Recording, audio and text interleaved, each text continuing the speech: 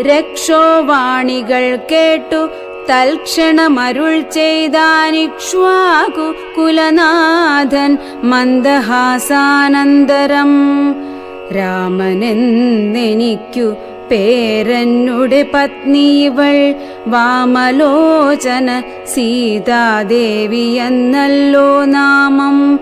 ലക്ഷ്മണനെന്നു നാമമിവനും മത്സോദരൻ പുക്കിതുവനാന്തരം ജനകനിയോഗത്താൽ. രക്ഷോജാതികളാകുമിങ്ങനെയുള്ളവരെ ശിക്ഷിച്ചു ജഗത്രയം രക്ഷിപ്പാനറിക നീ. ശ്രുത്വാ രാഘവവാക്യമട്ടഹാസവും ചെയ്തു വക്ത്രവും പിളർന്നൊരു സാലവും പറിച്ചോങ്ങി.